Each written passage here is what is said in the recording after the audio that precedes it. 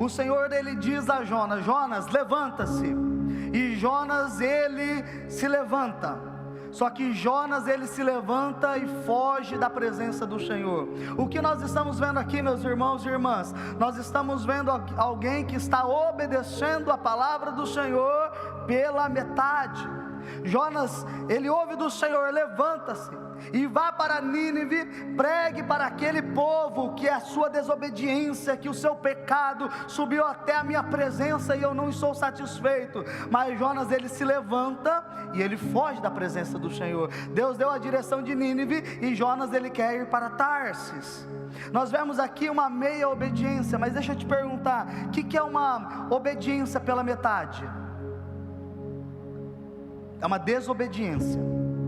Não existe obediência pela metade. Não existe. Obediência pela metade é desobediência. Deus, ele não faz nas nossas vidas meios milagres. Deus, ele não derrama sobre nós meias bênçãos. Meias tá difícil, né, Viviane? Não tá certo, né? Ele não derrama bênçãos pela metade, vamos dizer assim, né? Deus ele não derrama sobre nós bênçãos pela metade. Deus ele não faz meios milagres, mas nós temos no nosso coração algo que nos leva a sempre fazer a vontade de Deus pela metade nas nossas vidas. Mas preste atenção, ou nós servimos a Deus um todo, ou nós não servimos, ou nós somos fervorosos, ou nós somos indiferentes, ou nós somos quentes, ou nós somos frios. Se nós permanecermos como mornos diante da presença do Senhor, a palavra dele em Apocalipse nos diz que diante dele dessa forma, ele sente repulsa e ele nos vomitará da sua presença. Então diante do Senhor é ou tudo ou nada. Nós não podemos fazer as coisas do Senhor pela metade. E Jonas ele ouve: levanta-se, Jonas, e ele levanta, só que ele corre, ele vai embora para outra direção, fugindo do quê? Do propósito do Senhor. Queridos, e pior do que isso, ele paga uma passagem, ele entra naquele barco, e aquele barco está indo numa outra direção, e Deus ele manda aquela tempestade naquele navio. Eles começam a ficar desesperados, eles começam a se livrar das coisas que pesam o barco, eles começam a orar cada um para o seu Deus, e quando eles se dão de repente assim a mente, eles falam assim: está faltando alguém, cadê aquele outro? Cadê o Jonas?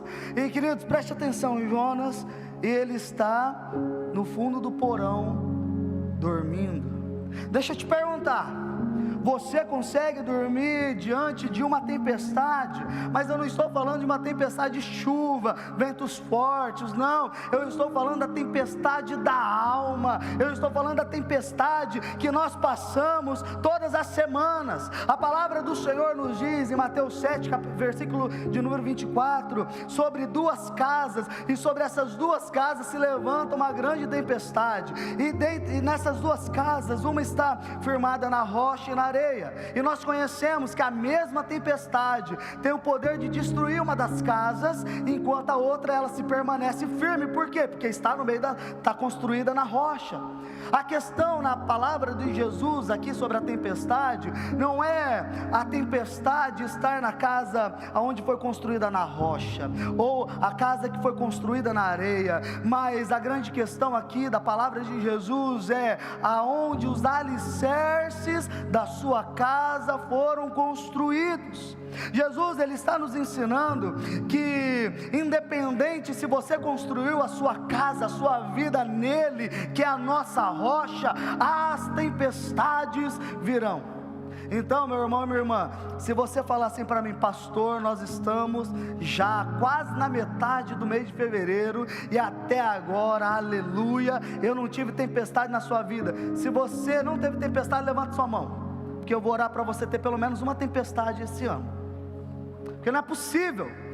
Todos nós passamos por tempestades. A palavra do Senhor, ela nos diz assim: em paz me deito e dormirei, porque só tu, Senhor, me faz habitar em segurança. Então, se você não está conseguindo dormir diante da sua tempestade, é porque a situação que você está passando é maior do que o seu sono. Aqui Jonas, ele não está em paz, ele não está em tranquilidade, porque ele está em Deus. Jonas, ele está dormindo, porque Jonas não é questão de paz, mas é questão de negligência, é questão de preguiça. Não é porque ele confia no Senhor, eu estou dormindo em paz, porque eu sei que as coisas vão passar, não. Mas Jonas, ele chegou num estado da vida dele, fugindo ali da presença do Senhor, que ele está no estado já de preguiça. Ele não quer mais nem estar acordado, mesmo em um tempo de dificuldade. O descanso na Bíblia, ele é relatado quando se trata de Jesus como o sono, né? Quando a palavra fala sobre o sono, que Jesus ele estava naquele barco, e de repente começam os ventos, e de repente começam as tempestades, e os discípulos dele se apavoram. Jesus ele também está dormindo, mas não é o mesmo sono, não é a mesma tranquilidade que Jonas. Jesus ele está dormindo porque ele está descansando. Pastor, porque só Jesus ele pode dormir descansando numa situação como essa? Porque ele é o dono da tempestade, porque ele é o dono da tempestade. Jonas está dormindo aqui por pura negligência de fugir da palavra do Senhor para a sua vida. Deus ele vê o que Jonas está fazendo e ele quer mandar uma tempestade para acordar Jonas. Por quê? Porque quando a Bíblia ela fala sobre o sono, é sobre a morte espiritual. Quando a Bíblia fala sobre o sono, a Bíblia está falando sobre a empatia, a apatia. Quando a Bíblia fala sobre o sono, é porque já não há mais vida ali, porque já esfriou. E Jonas ele se encontra nessa situação de desânimo, de negligência, e Deus ele fala: eu vou mandar uma tempestade para acordar Jonas. Jonas, você está desobediente, mas eu não posso aqui afirmar, meu irmão, minha irmã, que a tempestade ela vem para o desobediente, para acordar ele. Eu não posso dizer para você que toda tempestade que a gente passa é porque a gente está desobediente e Deus ele quer nos acordar para a vida. Às vezes é, mas nem todas as vezes. Paulo lá em Efésios, no capítulo 5, verso de número 14, é como se ele estivesse declarando, gritando para a igreja: por isso que foi dito, desperta tu que dormes dentre os mortos, levanta-te dentre os mortos, e Cristo resplandecerá. Jonas, ele é um profeta totalmente diferente dos outros profetas, porque Jonas ele recebe o chamado do Senhor para pregar justiça para uma outra nação. Jonas é convocado pelo Senhor para sair do seu país, para pregar justiça para outros povos.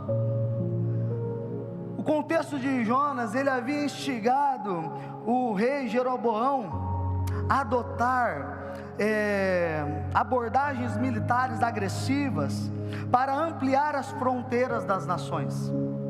Enquanto seus contemporâneos, Amós, profeta Oséias, eles pregam, eles protestam contra a corrupção dos governos reais da época, Jonas, por outro lado, ele fecha os seus olhos para os questionamentos dos seus contemporâneos, e ele foca incessantemente, incansavelmente em fortalecer o poder e a influência do seu país.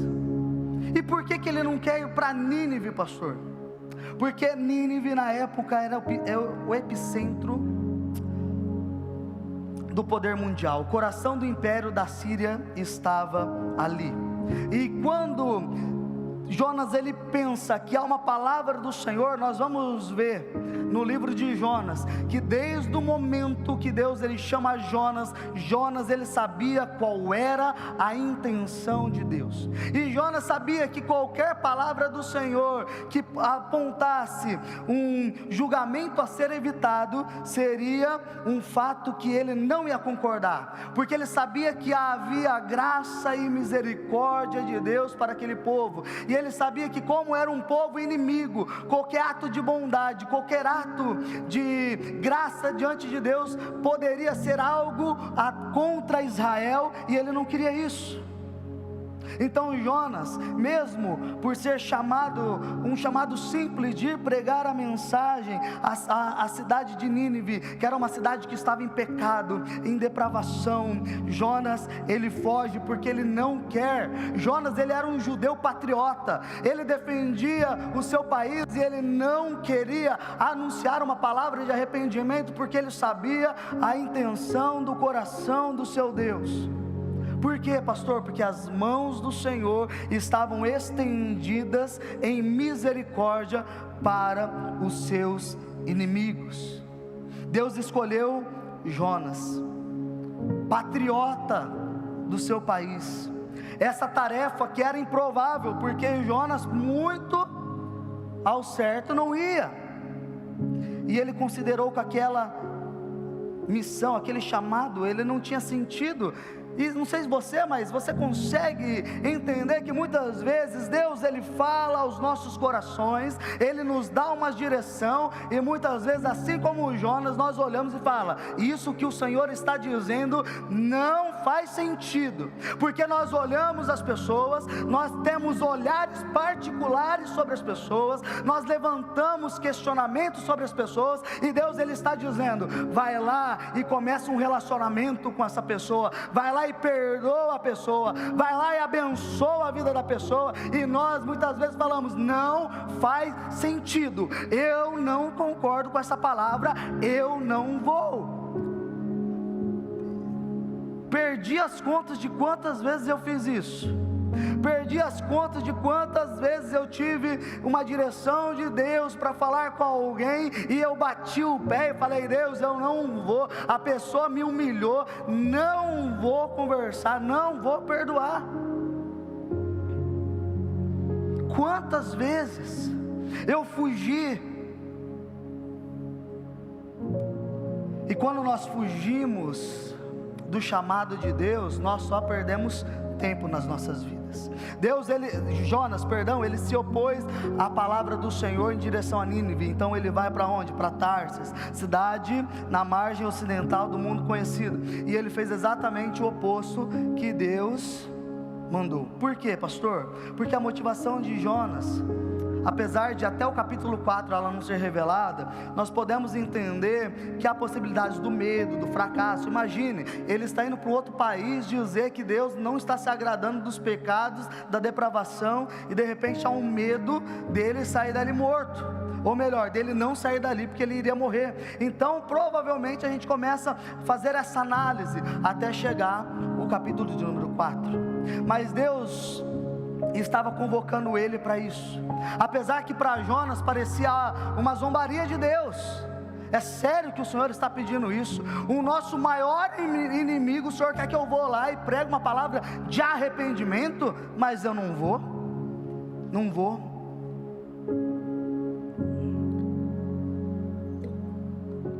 Jonas, apesar dele bater o pé e falar que não vai, Deus, ele não impede Jonas de fugir.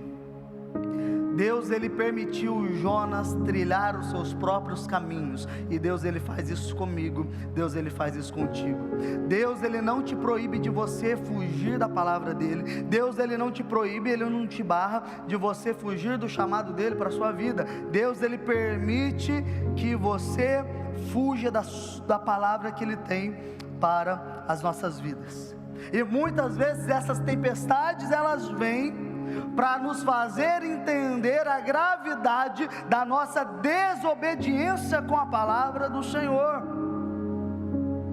Então Deus, mesmo vendo essa situação de Jonas sendo um rebelde, Deus, na sua infinita graça, Deus, na sua infinita misericórdia, ele olha para Jonas e ele decide assim dar uma outra oportunidade para Jonas. Preste atenção, muitas vezes a gente se questiona, né? Porque Deus manda aquele grande peixe para engolir Jonas, e vamos dizer realmente que é peixe, porque uma baleia não teria a condição, por mais que ela é grande, de engolir um homem. homem. Mas, queridos, não me pergunte, Deus, Ele tem todo o poder no céu, na terra, debaixo da terra, no universo, e Ele manda um peixe que tem essa capacidade de engolir Jonas.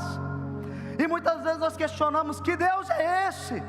Mas preste atenção, uma tempestade, alto mar. Jonas, ele fala, olha, o problema aqui do barco sou eu, me manda embora, me joga. Jonas é jogado no mar. O que ia acontecer com Jonas naquele momento? Ele iria morrer. Então, o que parece muitas vezes uma atitude de castigo, é uma atitude de salvação de Deus para a nossa vida. Deus, Ele manda aquele peixe para que Jonas, ele não morresse em alto mar.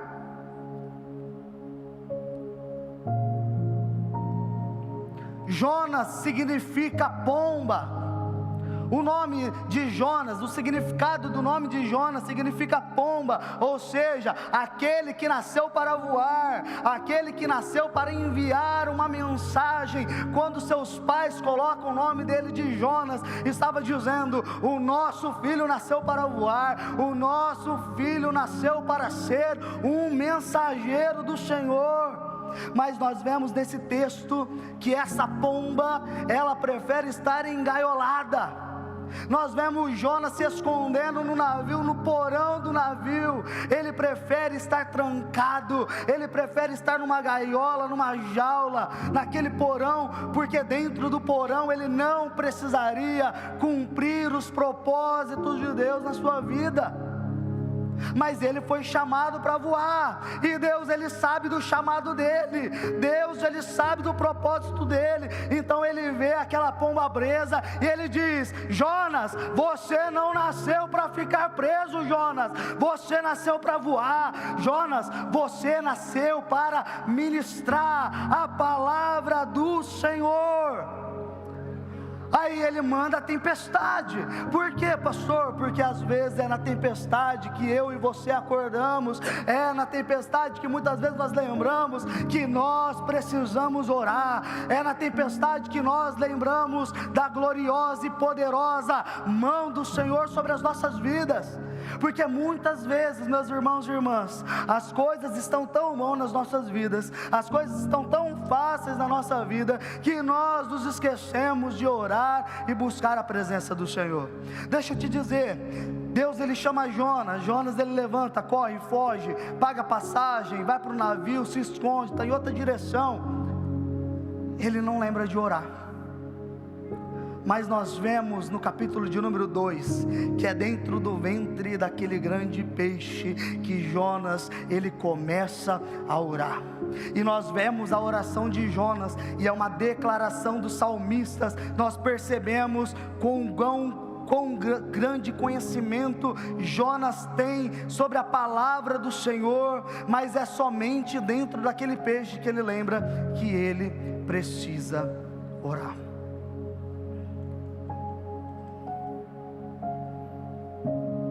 O fim é surpreendente, porque Jonas está dentro daquele peixe, meus irmãos, e Jonas ele começa a orar, e as orações de Jonas são ouvidas, e Deus, Ele fala com aquele peixe, e no verso de número 10 do capítulo 2 diz assim, falou pois o Senhor ao peixe, e este vomitou Jonas na terra seca.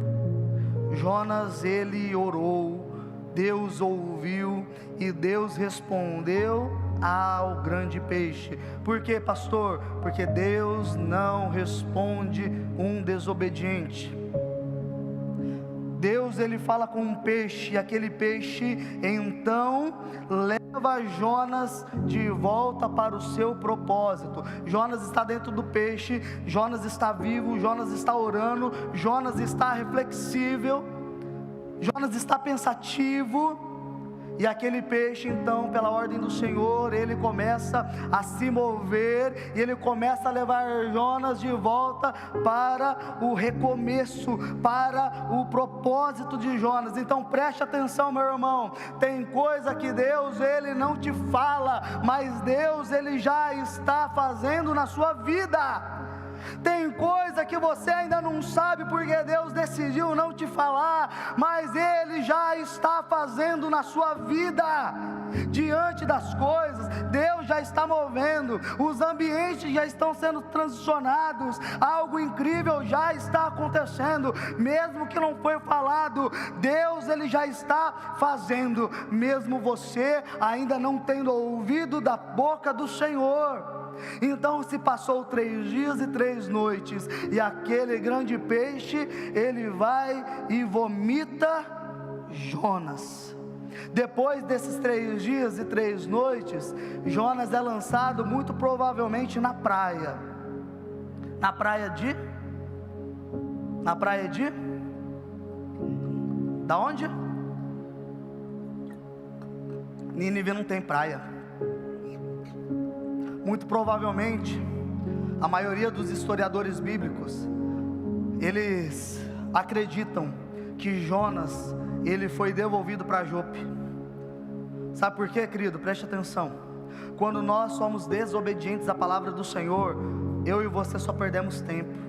Jonas, ele é devolvido muito provavelmente para onde ele estava no início. Então Deus, ele começa tudo de novo na vida de Jonas. Quando nós desobedecemos a Deus, Deus ele não entra em crise, Deus ele não fala que vai parar de amar a gente, Deus ele não fala que ele vai sumir, simplesmente Deus, ele espera, ele fica esperando você e eu no nosso lugar de origem. Então Jonas, ele volta para o seu lugar de origem, e nós vemos no capítulo de número 3, nos versos 1 a 3, diz assim: e a palavra do Senhor veio a Jonas pela 2ª vez com esta ordem: vá à grande cidade de Nínive e pregue contra ela a mensagem que eu vou dar a você.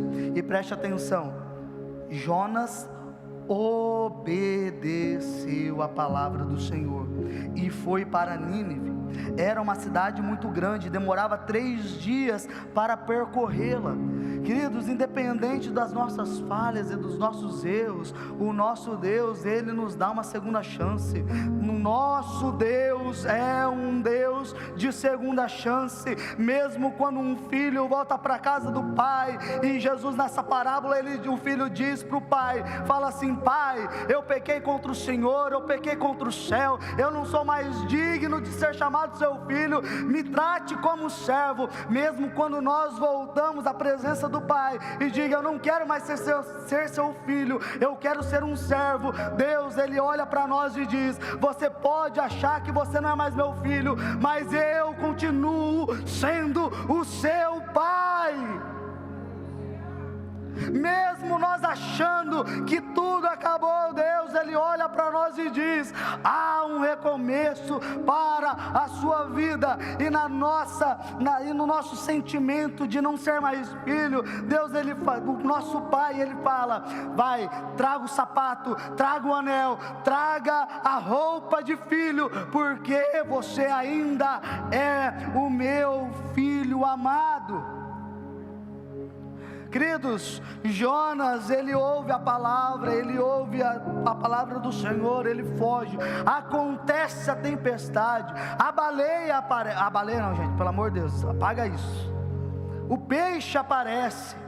Jonas, ele fica reflexível 3 dias, ele reconhece o seu erro, ele obedece, mas ele ainda não quer que a sua mensagem tenha resultado. Diz que demoraria 3 dias para percorrer Nínive, mais de 120 mil habitantes. Preste atenção, em um dia, Jonas, ele prega, e numa palavra, toda a cidade se converte e se arrepende. Jonas é o único profeta que ele não está satisfeito com o resultado da sua palavra.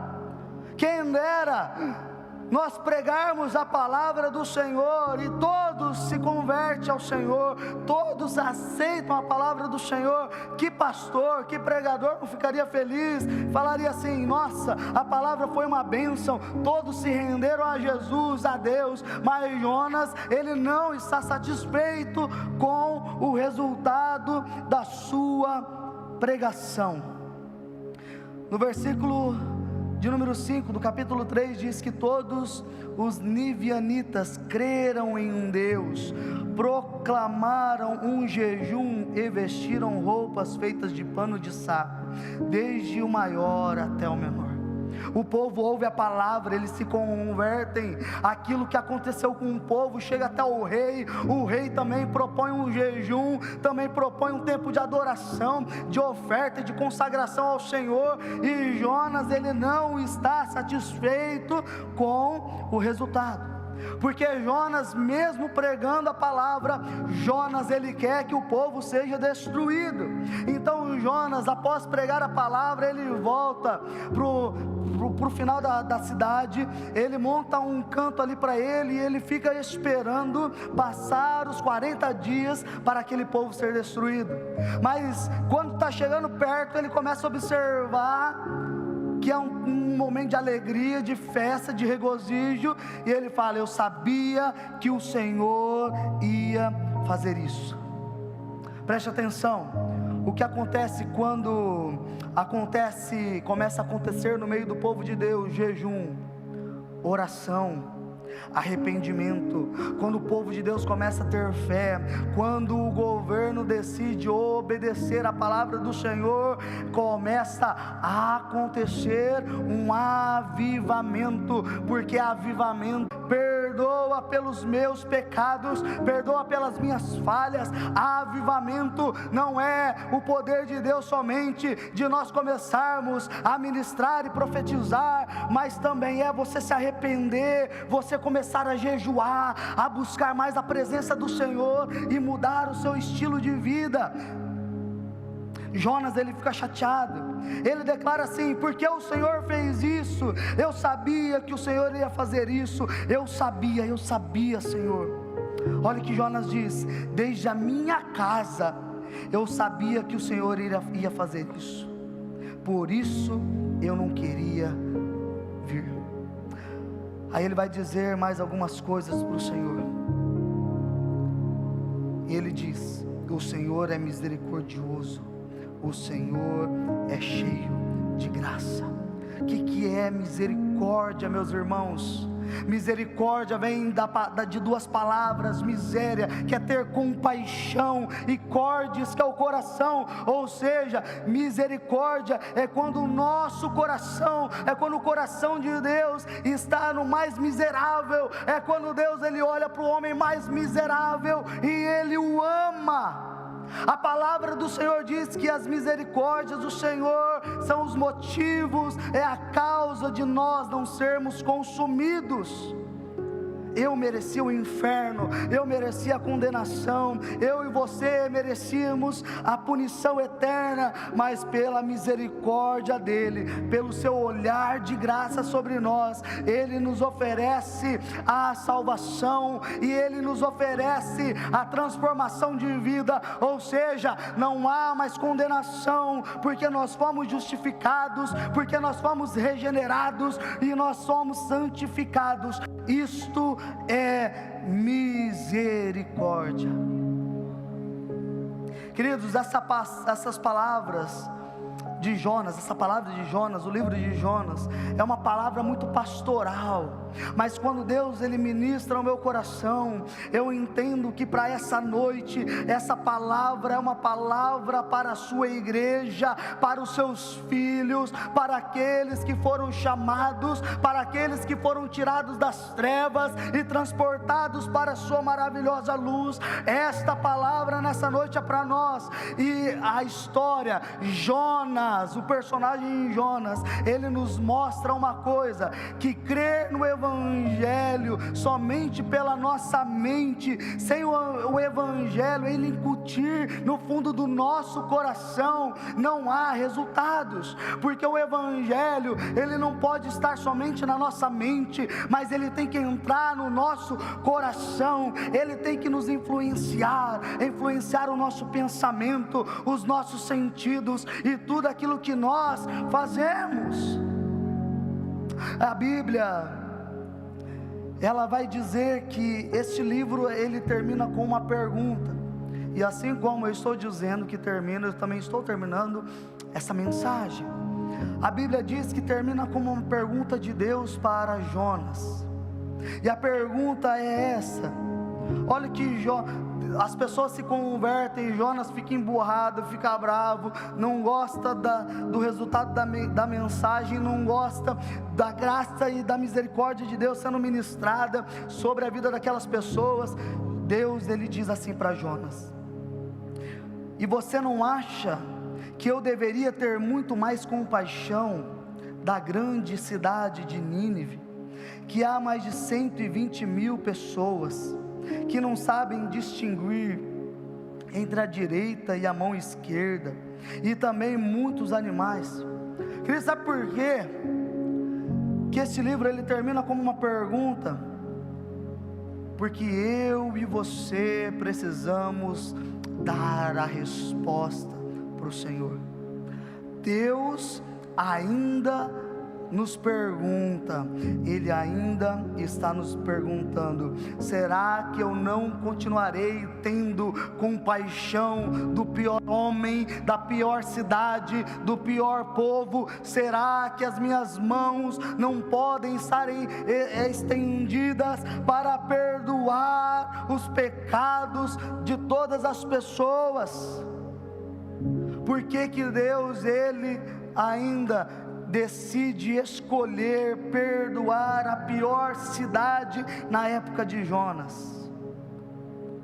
É para que nós possamos entender que para todos há uma palavra de esperança. É para nós podermos entender que o pior homem ou mulher que possa estar aqui nessa noite pode receber do Senhor uma palavra e um recomeço em sua vida, no nome de Jesus. O livro de Jonas começa com a ira de Deus e começa com a indiferença de um profeta, mas o livro ele termina com a ira de um profeta e com a alegria de Deus.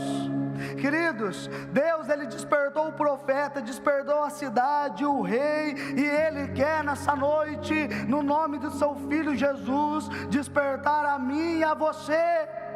O fato é que muitas vezes nós somos igual o Jonas, nós olhamos para as pessoas e nós imprimimos nessas pessoas a imagem que está no nosso coração, e muitas vezes nós apontamos pessoas dizendo: essa pessoa é isso, essa pessoa é aquilo, olha o que ela está fazendo, quando o problema está no nosso coração.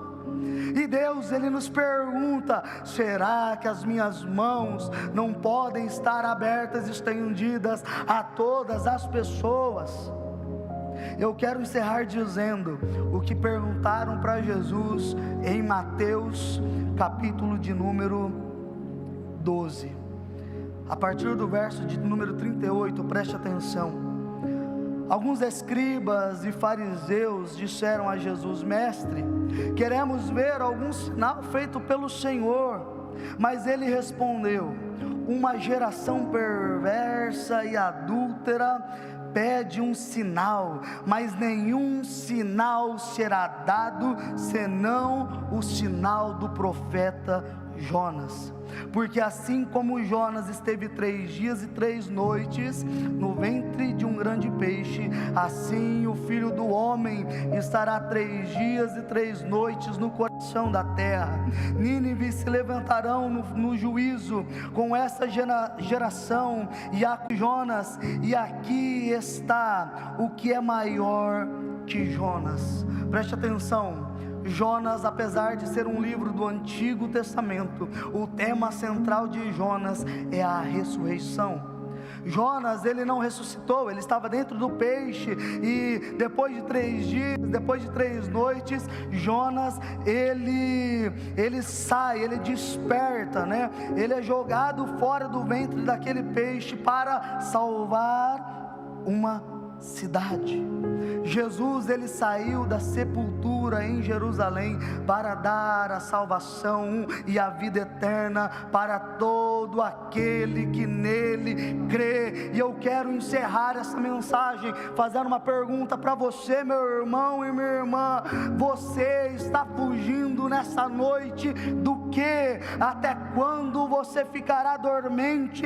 Até quando você vai fugir da palavra do Senhor para a sua vida? Até quando você vai fugir daquilo que Deus, ele planejou para a sua vida? Deus, ele desperta homens e mulheres, e nessa noite ele quer despertar aqueles que estão dormindo.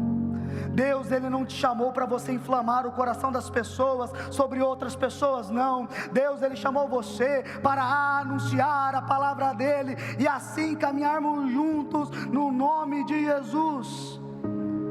Hoje Jesus, ele quer salvar alguém, porque Jesus, ele está dizendo: eu sou a ressurreição e a vida. Quem crer em mim, ainda que esteja morto, nesta noite voltará a viver, voltará a cumprir um propósito, voltará a fazer aquilo que o Eterno planejou para a sua vida.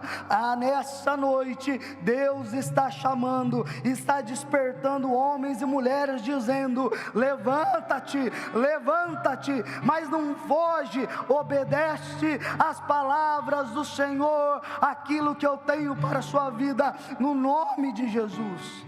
Você quer viver uma vida no sobrenatural do Senhor? Obedeça às palavras que Ele está falando aos nossos corações. Receba Ele. Nínive, o pior povo, recebeu perdão. Nínive, o pior povo, recebeu o arrependimento do Senhor. Quem dirá nós, meus irmãos e irmãs, podemos também receber da parte do Senhor o seu perdão, e Ele vai fazer com que eu e você possamos recomeçar a nossa jornada de vida. Eu quero que você feche seus olhos nessa noite.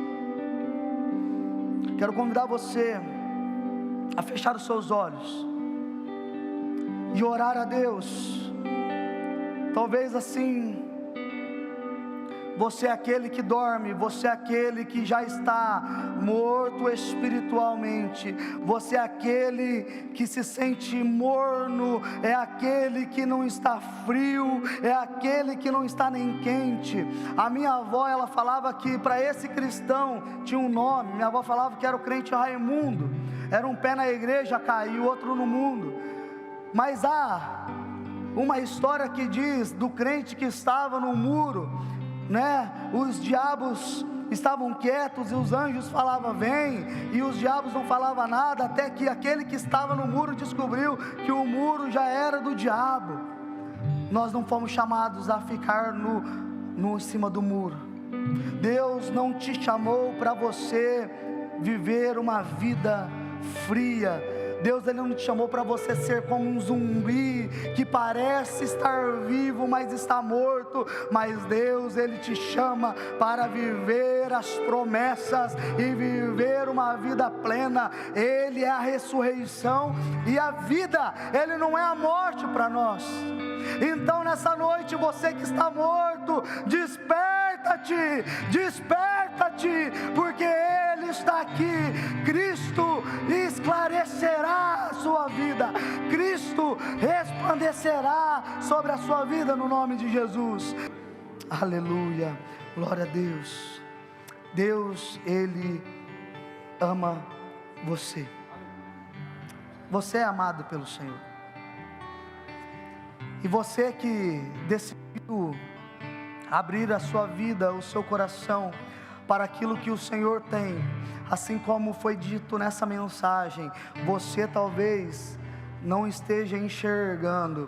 Talvez até aqui o Senhor não tinha falado ao seu coração, mas meu irmão, minha irmã, há uma promessa do Senhor, não do pastor Lucas, porque eu não posso fazer promessas, mas há uma promessa dos céus, e eu creio no nome de Jesus, que mesmo aquilo que você não está vendo, Ele já está fazendo. Você acha que o seu destino é ir mais fundo, mais fundo, mais fundo, mas Deus, Ele está movendo para a superfície. Deus, Ele já está te movendo. Você acha que você está indo para a morte, mas Deus nessa noite Ele está dizendo: eu estou te dando a vida, eu estou te dando a salvação. Por isso, meu irmão, minha irmã, receba essa palavra com fé no seu coração e experimente do Senhor as maravilhas do Senhor. Aleluia, aleluia.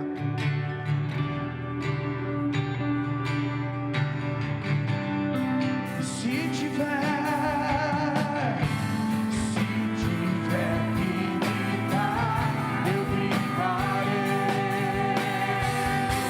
Se tiver que chorar, eu chorarei. Se tiver que humilhar o meu espírito, assim o farei. Me dá mais uma chance. Eu quero nascer do teu espírito. Eu quero matar minha carne, fazer tua vontade, doce Espírito, que a minha vida. Será que você pode declarar isso com seus lábios bem forte? A igreja declare: eu quero nascer.